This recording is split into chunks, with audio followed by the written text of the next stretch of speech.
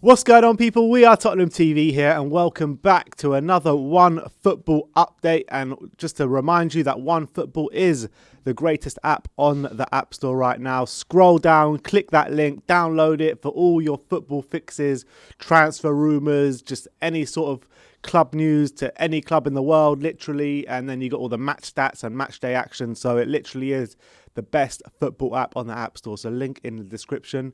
Let's go through the stories of the OneFootball app. Let's go. Let's go check it out. The first one I'm going to be looking at is Daniel Levy would want 120 million to even consider selling Harry Kane, according to David Ornstein. Is that it? 120 million. Yeah, I know. I was thinking at least 150.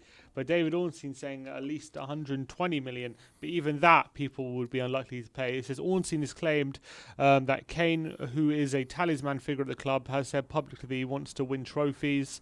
At the same time, he doesn't want to tarnish his reputation by agitating for a move. Kane has a contract at the club until 2024, and Spurs chairman Daniel Levy will not even consider an offer below 120 million. The Times reported yesterday that Levy would demand a fee in the region of 200 million for the England skipper. Ornstein adds that there is maybe a will from Kane's side and maybe from the potential buyer's side, but it's unlikely that he'll be sold in the summer. And there is David Ornstein giving his view on Sky Sports News. Do you think he has where do you stand with Kane at the moment? Do you think he'll push for a move? This is not a story I'm comfortable talking about. We have to talk about it. I know. Look, the way things are at the moment, I don't begrudge him for wanting out at all. I really don't. As much as it pains me to say it, as much as it pains me to think about Harry Kane leaving this football club, I can see why he wants out at the end of the day. You know, he said on a consistent number, on many times, he said that if he doesn't see this club progressing, then he will want to leave to win trophies. And as it stands right now, you got to say we're not really progressing, are we? So I wouldn't begrudge him for wanting out. The only two teams I can really see that can afford him or that will make the move him are Man City or PSG. But then when I'm looking at centre forwards that they could sign instead of Kane, that could be better options at a better age. You know, you look at Erling Haaland. You know, he's at Borussia Dortmund. They're not having the greatest time this season. And I think he's got a release clause in his contract as well, which will halve the price of Harry Kane. And he's like half the age as well of Harry Kane as well. So you got to say, if they're looking for a striker, if I was them, I'd be looking at Erling Haaland before I'm looking at Harry Kane. Yeah. I just wonder if they think maybe Haaland can wait because he's 20 years old. But Kane kind of, it's now or never kind of thing with Harry Kane. Also with Kane, are you really going to spend that kind of money on him for him to be, you never know when he's going to be fit as well, because he's got his injury problems and they don't seem to be getting better, do they? Well, he's been, I know this season, this season it has been better than previous seasons, but he's not getting any younger, let's be honest. So how many years less has he got left at the proper top? I think the way Harry Kane looks after himself, he can play up into his mid-30s, a bit like Ronaldo. Like does. I think he can. I don't see any reason why not. Shearer, I know, retired at 35, but he even in his last season, he was banging in the goals, getting like over 10 goals. I get that, but at 28, 29, maybe 30, are you going to spend over 100 million to get him? Yeah, but he's not 30. That's why now you would, yeah. Yeah, but we're saying we know he's not going to leave this summer. I'm pretty sure he won't leave this summer. I'm pretty sure that these kind of teams are not going to put in that sort of money down on the table this summer. I think if he is going to leave, I think it'll be the following summer. But then the following summer, we could be in a completely different situation. We don't know that. Yeah. So I think it's about this summer. I think now if he's going to leave, I think this summer would be the way the club is at the moment. Would be the perfect opportunity for him to leave. I think now we'll probably be most open selling now because of the revenue situation. I think we'll probably be most interested in selling at the moment. And in terms of the club, at the moment, look, we'll have to see how the season ends. But we're currently sixth. We're disaster in Europa League. There's kind of a fractious element in the squad at the moment. So I think if it's going to happen, I think this summer's like the most likely possibility, I feel. Unless, obviously, if we have another awful season and we're completely rubbish next season as well, then yeah, of course he'll look to leave. But I think I think this season, is the summer. This season, Tottenham hold all the cards, don't they? Because his contract runs out 2024. The longer it goes on, the more the ball's in kind of Harry Kane's court, kind of, let's say. David Ornstein, in that article, in that interview with Sky Sports, did say that it's probably unlikely for him to leave this summer. And that's the reason why I'm kind of saying I don't think he will leave this summer. And I can't see Harry Kane going out there and pushing for a move and like transfer, the Dimitar Berbatovs and all that kind of stuff. I can't see him doing that. But if we have another season like we did this season next year, then I think I can see him kind of pushing for a move ever so slightly. Yeah, it'll be interesting to see what the summer holds for us. I think a lot depends for me how we end the season. If we end it on a high and we get top four and if we win the cup, I don't think he would have any problem staying. But I think if we do really if we don't even really push for top four and we get battered in the cup final, I think it more depends on our summer.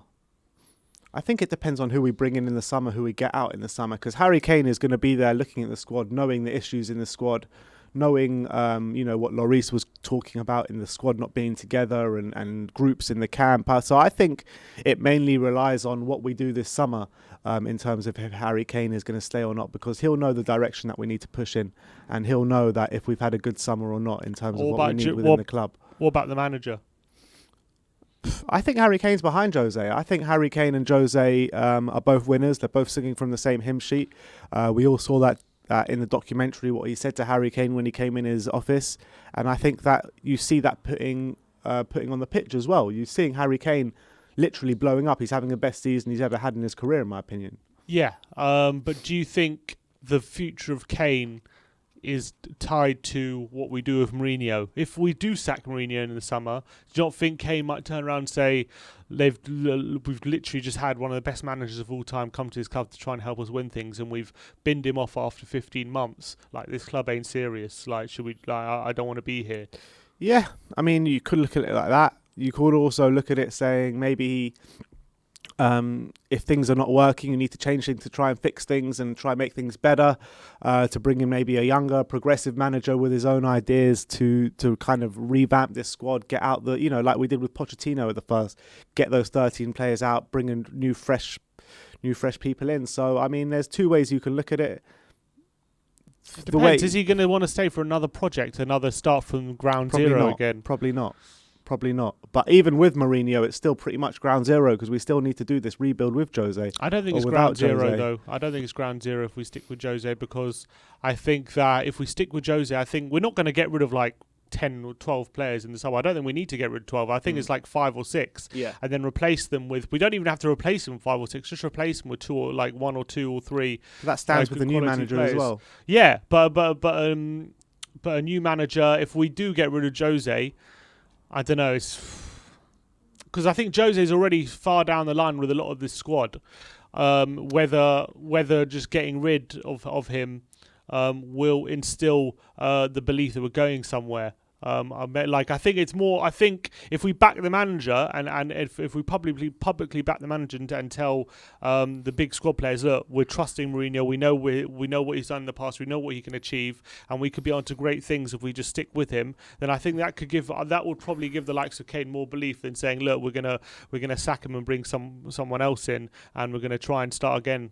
Basically, I don't know. That's how I feel. Yeah, look, you're probably right. And I think that Harry Kane is probably going to be most swayed to stay by Jose Mourinho and by Daniel Levy and Enoch backing Jose Mourinho this summer. Because if you give Jose what he wants, if you give him the defence he wants this summer, I've said it many times, and I think this squad can be massively revamped. And I think that a lot of our failings this year have been down to our defence. So if we revamp that defence, then I think we can have a completely different season next year, and I think Harry Kane knows that.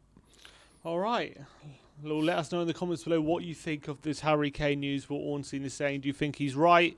Do you think that Kane is looking to leave this summer? And do you think he will? And where do you think he'll go? For me, I think it's more likely City than anyone, because I think he'll want to keep that. He'll want to break the Premier League record. I think he'll want to be guaranteed trophies, and he'll be doing that at City. Yeah, and also he looks at Kyle Walker and seeing what he's done. He left Spurs all those years ago, 3 Premier League trophies later. And also it'll be perfect for him because like he won't be overplayed at City. He'll be in that rotation system. Like he'll have that goal poacher role that he's very good at. He won't have to overextend himself, and I think he'll be perfect for City. I really do. So with Aguero on his way out as well. Exactly. I think City's the one, and I think Haaland. Yeah, they might look at Haaland saying he might be better fit, but I think with Haaland being 20 years old, they know that in 4 years' time, when Kane is 32, Haaland will be 24 and be ready to join. And his dad was a City player, wasn't he? So the difference is Haaland has a release clause in his contract now for not that much money. In 4 years' time, who knows where he'll be and who knows how much he'll cost. Yeah, that's also true. That's also true. But we'll see what happens with that. All right, let's see what other stories we have here. We have Spurs. Where is it? Spurs being linked with 3 goalkeepers. 3 goalkeepers. The goalkeeper merry-go-round is upon us, people. Well, it's actually 4, but we're just going to talk about 3 for now. Tottenham ready to replace Lloris with one of 3 England goalkeepers, according to the Sun, so it's not a great source. But Spurs have been linked with Dean Henderson, Nick Pope, and Sam Johnston, who are all in Gareth Southgate's 3 Lions squad that met up on Monday. The trio are all on Spurs' shortlist to replace Lloris as England's number 1. The club captain, who delivered a stunning outburst to Jose Mourinho's squad after last week's Europa League exit to Dinamo Zagreb, has just a year left on his deal. The noise seems to be that Lloris seems to be on his way out, and the noise as well is that we're looking for a replacement. We'll get into the. I guess we'll read the other one as well as we're here, and then we can talk about all the goalkeeping options, because Tottenham are also linked with Lille goalkeeper Magnan, who plays for Lille. He's French keeper. He's 24 years old. Any caps? I don't think he has any caps for France, not to my knowledge. Because it's either Lloris or Mandanda that gets the caps, isn't it? Yeah, usually. Where is he? He's here. Does he have any caps? I can't see if he has any caps here. But apparently Sacramento and Nuno Santos, who worked at Lille, have been given glowing reports saying he has a lot of potential to grow and be a much stronger. He has 1 cap, actually. He does have 1 cap. Right. He made his debut in 2020 for France. So they know him very well. Nuno Santos, the old goalkeeping coach, he knows him very well. He's 6'3", so he's about an inch taller than Hugo Lloris, and he's I think Lille going very strong this year. I think near the top, challenging for the league title in France again, and he's been a big part of that. And they kept a lot of clean sheets, and he's one of actually he's only played 11 games this year, so he might not even be the one. Must have had an injury or something. Must have had an injury, yeah. So he's one that definitely with potential, and make my ear prick up. He has 1 year left on his contract. That always helps. That's always helps. That's always one where I'm thinking, okay, this actually has legs. Well, as soon as I hear 1 year left on his contract, I'm like, okay, this actually could be true. Before that, I was like, no, never. We don't spend. So who are these options? Mike Maignan, Nick Pope, Dean Henderson, and Sam Johnston. Sam Johnston reminds me a lot of Paul Robinson. Yeah, he does actually. A lot of Paul Robinson. You know what? He does actually. Now you say it. He's like a big lad, like who's got good reflexes, but you just get the feeling that I don't know if he's top notch. Yeah, I mean, he fits well for like a West Brom type of team, but I'm not sure about him for Spurs. Yeah, I'm not sure about him for Spurs. I agree. A lot of people want Nick Pope. Nick Pope, I like Nick Pope, but ever since I've been talking about Nick Pope, he's starting to make quite a few mistakes for Burnley. I don't know, like why? Yeah, I feel like with Nick Pope, if he was that good, why would he not be England's number 1 right now? Because Southgate's got a hard on for Pickford. Yeah, but Pickford's been so bad. Like, he's got every opportunity to start picking Pope ahead of him, and he just doesn't. He never does. Mm-hmm. And I'm just wondering, like, if he was like that great, right, and he would be, and if he was really like good enough to be starting for like Spurs, a Champions League chasing team week in week out, like surely he would get more of a look in for England. Yeah, but you've got Southgate. Southgate's the man that keeps picking Eric Dyer. Yeah, but true. He does keep picking Eric Dyer. Eric Dyer hasn't played for Spurs this whole month and he's in the England squad. Yeah, but doesn't mean he's going to start. No, but why is he in the England squad? Surely there's players that are playing week in, week out that deserve to be there ahead of Dyer. Yeah, from a Spurs point of view, having seen him a lot, you definitely. Yeah, but Southgate's the agree with England that. manager, man. Come on. I don't know. Look, And how can you keep picking Pickford when you've got other goalkeepers, Dean Henderson, even a Sam Johnston, even a Nick Pope? You know what I mean? How can you keep picking Pickford? It makes no sense. Well, Nick Pope isn't the youngest. He's 28 years old, so this isn't exactly a young keeper. But I've always liked him. I think he's got good command of his area. I think he's a decent shot stopper.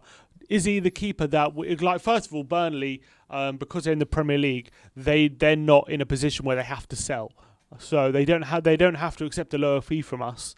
So he's going to command at least 30, 40. He's going to be very expensive, basically. You reckon, even in this market? Because I think the market's not as it was a couple of years back. Well, he was talking in his press conference, Sean Dyche, about Pope, and he was saying it's going to be around 50 million or something like that. Didn't he say a trip to the pub and a packet of crisps? Yeah, he said that as well as a joke. But I think like 50 million sounds about right. Or probably maybe not 50, but at least 30. I think at least 30. I think for Nick Pope between 25 and 35 million, something like that. Yeah. So he's not cheap. I'm saying this Magnan will probably be cheaper with a year left to his contract and Right. from a France team. And he's younger, more potential. Sacramento knows him better. So, yeah, he might have to get used to the league, but he could be one with a higher ceiling than someone like Nick Pope.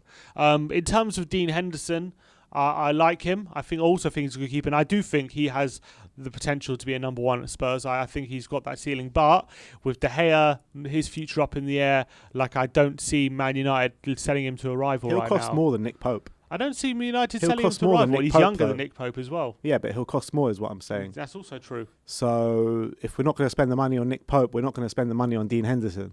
We'll probably more likely to spend it on Henderson because he's younger but he's a better it's keeper. that big fee, you know what I mean? Like, we'd rather sign Matt Doherty for 15 million than a proper top-class right back for 30 million. That's true. If you're saying, for me, this Mike Magnan seems the most likely. He was voted the keeper of the year in 18-19 in Liga when they challenged for the league that year. So I think he's the most likely for me to be the one. I'm not going to lie, I have never seen him play, but if Sacramento and Mendes want him, if Sacramento wants him, then I'm all for it, to be honest. And I was in this article talking about it, is also talking about Lloris, and apparently, let's see if it says it here. But apparently Lloris, let's see if it says on the app, but I'll just say it anyway if it doesn't. Apparently Lloris, the goalkeeper, is somewhat resigned to the club's continuously changing policy between signing young prospects for future sales versus having genuine title ambitions. That's Mike Magnan. No, that's Lloris. Oh. Lloris is apparently, and he's not happy with that at all, and he looks ready to leave. I think in terms of Lloris, I wouldn't be surprised if he left. I think he's been, you got to say, he's been in the club for a while now, 8-9 years. He's been a great servant to the club. I think he's been our best keeper in the Premier League era. There's no doubt about that. And I wish him well if he does leave. And I think at 34, for a keeper like him, he probably has one more big move in him. He probably has 2 or 3 years left at the top level before he has to start winding down. Maybe even less, yeah. Yeah, maybe even less. So. Look, I say to Hugo Lloris, if he wants to go, he goes with my blessing. I say thank you for 9 years of service. I think we should give him a testimonial anyway, because he's been a great servant to the club captain for many years now. And that stuff he came out with after the Zagreb game was absolutely spot on and what everyone needed to hear. But it did sound like a man that wanted out. Well, in terms of years at the top level, Deschamps has confirmed that Lloris is still the France number one, and he's not in danger of losing his place, saying that Hugo is due to play on Wednesday. I know I can rely on Steve, Mike, and Alfonso, who's Areola, who's the Fulham keeper. On other good keepers, I'm focused on the first game. So, obviously, the 4 keepers in the France squad: Lloris, Mandanda, Mike Magnan, and Alfonso Areola are the choices. Areola, obviously, having a good loan spell at Fulham as well, and we've been linked with him in the past, so he's one I think we would probably look at. But it looks like Magnan is the one with a year left of his contract who's definitely in the pipeline. But yeah, in terms of Lloris, I think, as well, as he's got one more big move left in him, would you want to keep staying at Spurs when we're kind of in transition at the moment. Obviously the same could be said for Harry Kane. That also falls into that one. But I think he hasn't won anything at this club. And that must be really frustrating how much he's put into it. And I feel bad for him. He's never won anything pretty much in club football. Came from Lyon, who were not that great when he left Lyon. Were they not like when he played for Lyon? Were they not like winning the league every year? No, PSG was still winning the league, weren't they? Because didn't Lyon win the league? Remember in the 2000s, they won the league 10 years in a row or something. They were dominating that league. I think that might have been before Lloris. I'm not sure. Was that pre-Hugo? I'm not sure. I might be wrong on that one, but I still think PSG. He was playing for since 2008 till 2012. He was playing for Lyon. I don't know if they won Liga in that time. I reckon they did. But it's a tough one. I think if he wants to leave, I can't begrudge him either. So I think it is what it is in that sense. And I think if it's a good opportunity for us to get some money for him. Lyon won it in 07-08, 06-07, and 05-06, and 04-05. So before then, yeah. So they haven't won it since. Yeah. So who won it in 08-09? 08-09, PSG, didn't they? Don't know. 08-09. No, it wasn't. Was it Montpellier? Oh, no. Was that the year Montpellier? No, it wasn't. No, Montpellier won it 2011, 2012. Don't know who won it 08-09. Doesn't say. Anyway, I don't know if he was. It doesn't look like he was playing keeper for. Bordeaux won it apparently. Right. Anyway, so it doesn't look. It seems like he didn't win one. It must be frustrating for him having played so long for Spurs, and getting so close as well. And then he seeing another transition around the corner. He probably wants one. He was probably thinking, one big move, I might as well leave. Yeah. And I don't blame him for that. And I think it gives us. I think he's been great, and I think it gives us a good option to refresh that position. Yeah. Who's been there for a while. And something to look at. So agreed. Let us know in the comments below, what keeper would you want to replace Hugo Lloris if he was to leave, and would you be happy for Lloris to leave, and if we got a bit of money for him in the summer? Let us know in the comments below. Another outlet selling Reguilon from Spurs, this time to Sevilla.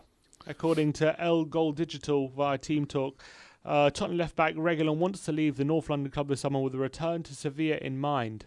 The Spain international spent last season on loan at the La Liga Giants, helping them to win the Europa League, and they'll look to bring him should they fail to land Chelsea's Marcus Alonso. I mean, come on. They're going to go for Alonso, and if they fail, they get Reguilon. It's like, that doesn't make any sense. Why would you go for Alonso first? This is such a non-story, man. Why is every media outlet trying to force Reguilon out of Spurs? Do you think maybe they're doing these links because every time Reguilon's linked away, all the Spurs fans clicked in paranoia. They just get all these clicks. Maybe. And every time it's like clickbaiting hard. Literally every time they know that if they link Reguilon away, because I think this whole deal with Reguilon is shrouded in doubt because we all know that he has that buyback clause. So this is the last summer that he can go, right? I think next summer as well. No, bloody hell. But because he has that buyback clause, I think there's been this at the back of our mind. There's this paranoia that maybe this isn't like a permanent thing with Reguilon, and it is a glorified loan or whatever people say. And I think they're playing on that a lot. But I don't see why would we sell him to Sevilla? The only way Sevilla could get him without our say-so is if Madrid buy him back and then Madrid sell him to Sevilla. Well, he could. Why couldn't we sell him to Sevilla for 50, 60 million? We think we would? I don't think. Well, don't know. You don't know about Daniel Levy. We're not going to sell. We just bought him for 45. Why are we going to sell him when he's still had a great season? For 30, didn't we? We got 27. Yeah. I don't look. First of all, I don't see Sevilla splashing out 60 million on him. And second of all, why sell him when we have to replace him? Doesn't make any sense. These stories are bullshit. He's not going anywhere apart from Real Madrid. Let's be honest. Yeah. The only way this happens is if Madrid buy him back, and it doesn't seem to be that. Unless he really wants to go back to Sevilla, where he had a great season. But I just can't see it. I can't see this one. I think this one's a non-starter as well. Ex-Spurs midfielder Danny Murphy says Mourinho can only work with what he has. What's Danny Murphy been saying? Danny Murphy says Jose Mourinho can't turn his side into Man City or Liverpool. Spurs bounce back from the losses against Zagreb and Arsenal to beat Villa on Sunday. We have to give perspective. The midweek performances and results were horrendous. It was poor in so many ways. Over the last 5 games, Tottenham are top of the form table. And maybe he's been looking at our social media. They did lose to Arsenal and didn't play well, but they've been going well and playing well. They'd actually got themselves a bit of a run going to try and compete for top 4. They're 3 points off Chelsea, so all is not lost. I think Mourinho is very adept at using the tools he has. I don't think he can make Tottenham into City or Liverpool and play that way with the players he's got. I think he looked at the group of players and he's tried to adapt the way he plays to get success. If Tottenham win that game against City and finish in the top, that's a tremendous achievement with the group of players. Some will sit here and say, well, he should do that with a group of players. No, the budget he has and the squad he's got doesn't compare to some of the clubs he's competing with. Do you think is Murphy letting Mourinho off easy there, or do you think he's spot on? It's hard to say, isn't it? But I think he is. He's got. There's definitely some truth there. We all know that there's a lot of failings in this Spurs squad. We needed a rebuild for a long time now. So, I think he's definitely got a point there. Yeah, I agree. I do think he has a point in terms of budgets and stuff. And who we're competing with, like United and City, and it's been the same for a long time. Yeah, it was always been the case in that sense.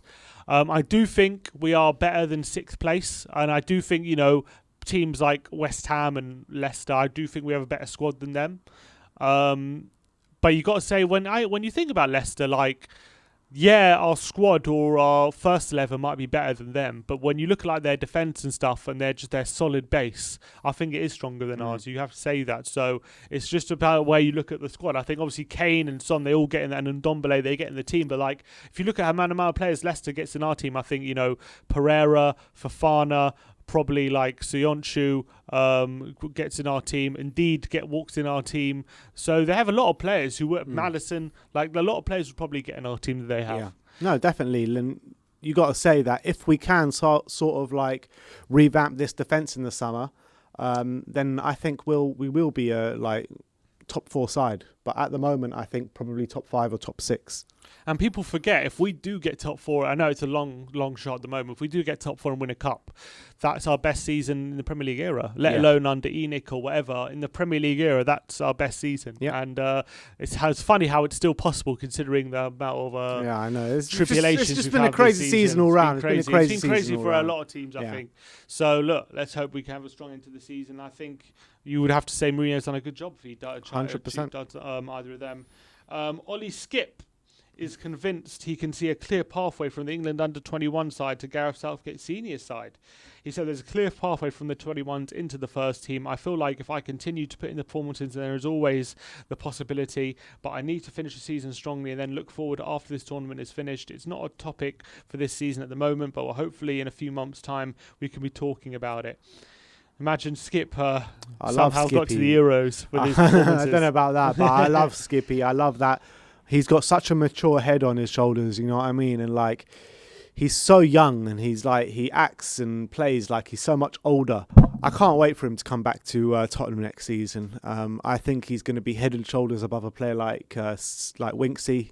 You know what I mean? Winksy's gone a bit stale at Tottenham now, and I think it's time to kind of move him and Sissoko out the door, bring fresh legs in, Skippy in, maybe another one like Sabitzer as well. So if we can actually replace Skip and Sissoko for Winks and Sissoko for a player like Skip and Sabitzer, that will completely revamp our midfield as well.